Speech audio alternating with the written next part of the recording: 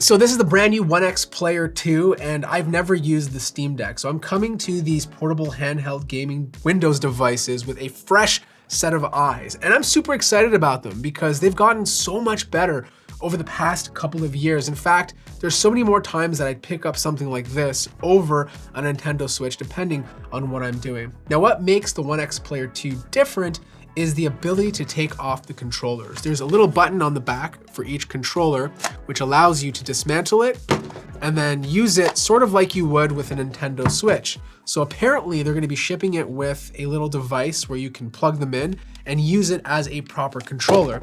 And then the idea is you just flip over the kickstand like here, and then you have a portable gaming experience. Now, unfortunately, because this is a prototype unit, these controllers don't work when they're not connected, so I can't show you how it works, but obviously they do work when they're connected on the sides. They slip in and out exactly like a Nintendo Switch. In fact, the quality of it is very similar. Like, there's a little bit of wobbliness, but no different than you'd find on the Nintendo Switch. Like, I can do this all day, they're not going to disconnect. Now, this is a big boy, okay? Like, this Nintendo Switch can fit right in the middle of the screen. In fact, this OneXPlayer 2 is heavier than the Steam Deck. This weighs 1.88 pounds compared to 1.44. So bigger device, but you do get a bigger display. This is 8.4 inches. It's 2.5K. So it's really pixel dense if you're doing regular stuff.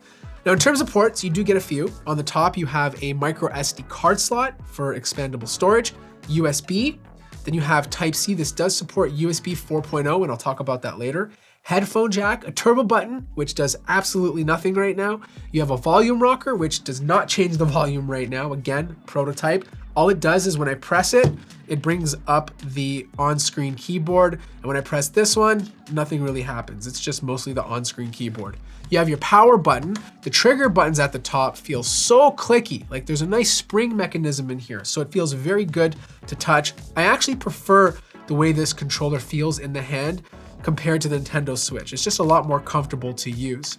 On the bottom, you have another Type-C port, and then you have a proprietary pin connector over here that you can attach to, let's say, a keyboard if you want to turn this into a more traditional laptop-like experience. These two bottom vents over here are your speaker grills. Apparently, they are being equalized by Harman Kardon. I'll be honest with you, they sound good, but they're not like blowing me away. But they do say that they will be doing more debugging on these speakers before it's released in March or April of next year. On the back, you have more vents. This is a fan. And then of course you have your kickstand on the back. Now, this kickstand is okay. Like, this is a big device. I would have loved a wider kickstand to offer more support. Like, it'll be fine. It's not as bad as the original Nintendo Switch's kickstand, but I do prefer the longer kickstand that Nintendo uses now. It just gives the device a bit more support than having a single mechanism at the bottom. Now, there is some RGB. If I hold down this light button over here, this will turn the lights on and off of the controller. If I press it again,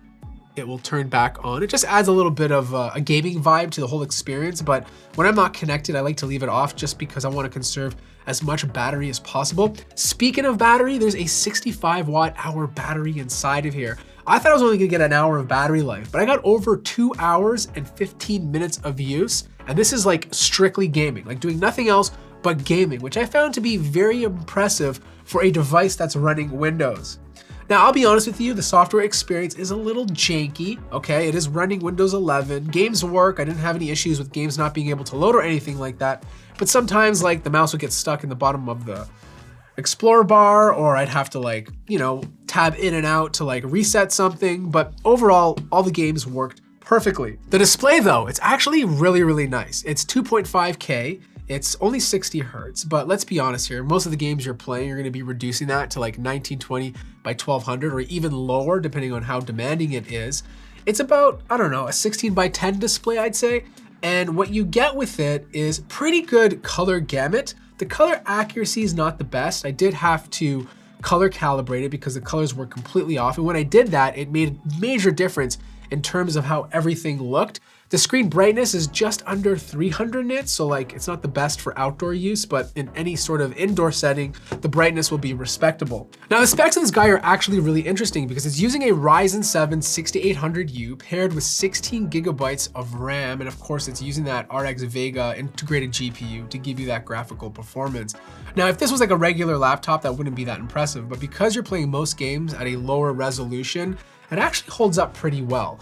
And because it has a 1TB NVMe SSD, like you have enough storage that you can install plenty of games to use down the road. Now, if you're talking about playing AAA titles like Cyberpunk and all that kind of stuff, it's not gonna be able to do it well. Like, you know, I'm playing Cyberpunk on this at 720p and it's doable, but it's not like a smooth experience. If you want to play games like Overwatch, it does it beautifully. Like older titles like Overwatch, I was playing a lot of Fist, Forged in Shadow. This is a really good Moldovan side scroller.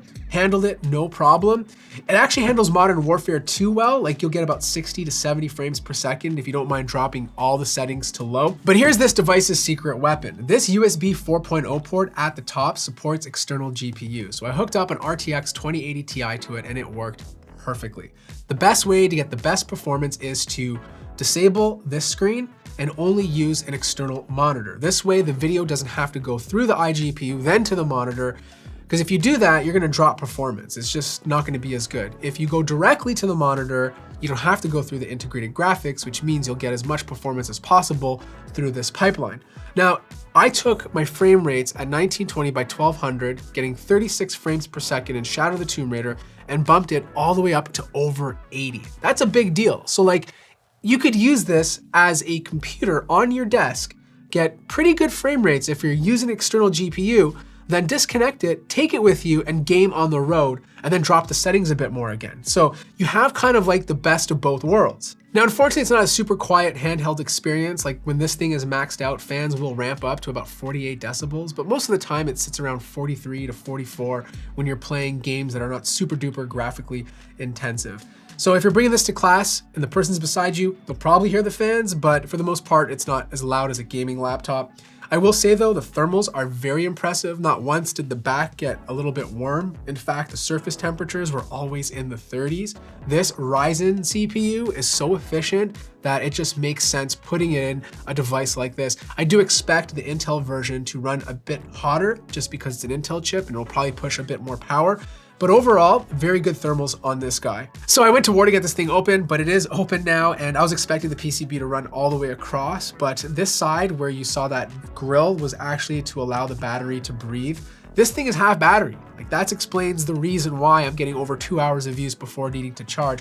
On the left-hand side, you have one big fan, you have your grill at the back to allow heat to dissipate, and then under here, you can get to your NVMe SSD. I didn't take it all the way off, but I did move it up a little bit so I can see underneath. CPU or AP rather is like right in the middle here. Above it, you have soldered on memory, so you can't upgrade that. But right at the bottom, you have your NVMe SSD, which you can swap out if you ever want to put something bigger. I forgot to mention build quality. Build quality feels really, really good. Even though it's made out of all plastic, there are some metal bits inside of this guy. For example, the rods that attach the actual controllers are made out of metal, so it stays nice and secure, but the rest of the body is plastic. Honestly, I love this stuff. Like, I am impressed with this mobile gaming experience, and this is only the prototype. I can't wait to see what this is gonna be like on retail. In fact, this has given me the itch to try out the competition as well. So if you're into this stuff, expect more reviews on handheld gaming devices like this in the near future. If you have any questions about it, let me know in the comment section down below. Like the video if you liked it, subscribe if you haven't already, and I'll see you guys